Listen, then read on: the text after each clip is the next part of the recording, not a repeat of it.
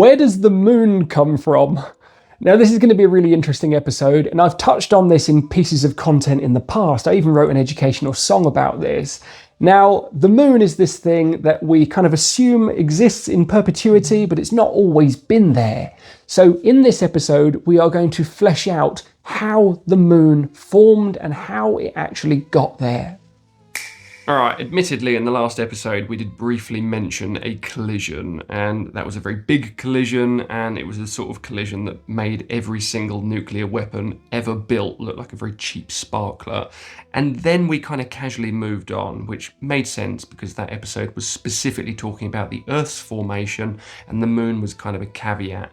But this definitely deserves its own episode because there is nuance to this. Because if our current understanding is correct, the moon exists because something roughly the size of Mars absolutely right-hooked young Earth. And before anyone drives this into the comment section, yes, that is genuinely the leading scientific explanation. It's actual planetary science.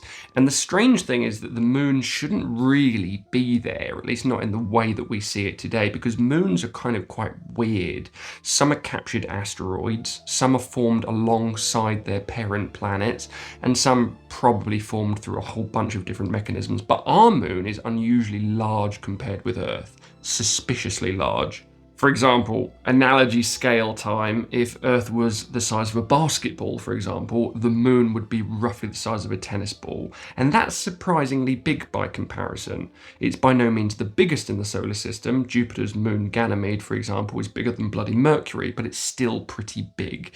And for a long time, scientists really struggled to explain it. And the earliest ideas, they weren't terrible, just increasingly problematic. One of these suggested theories was that Earth and Moon formed together, side by side, in tandem, from the same cloud of material, which was simple enough, and it was kind of just the reasonable answer to a pretty tricky question, except the chemistry didn't really work. So another suggested that the moon formed elsewhere and later got captured by Earth's gravity, which sounded, at least at the time, semi-plausible until you looked at the maths, because capturing something that large isn't impossible. It's just very awkward. It's a bit like trying to catch a speeding van with a fishing net. So it was possible, just not plausible.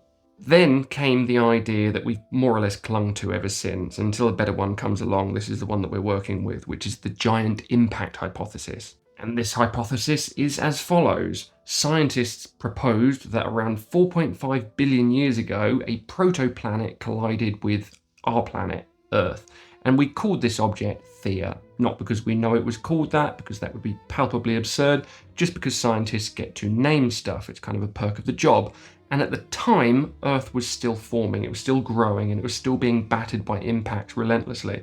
And understand that the solar system wasn't really the tidy place that we see today, it was kind of utter bloody chaos. So to give you a bit of a visual storyboard, you've got planetary fragments everywhere, objects are colliding constantly, entire worlds are forming and disappearing, so think less precision clockwork and more demolition monster truck event.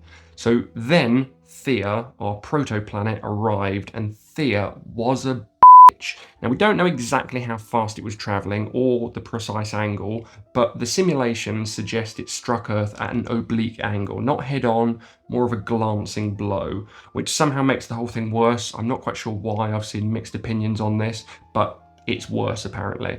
But irrespective of the nuance that wraps around the angle that it hit our planet with, the impact released an absolutely incomprehensible amount of energy. So entire regions would have been vaporized, rock would have melted, and material would have been blasted into space. And parts of both worlds were effectively shredded, at least for a while.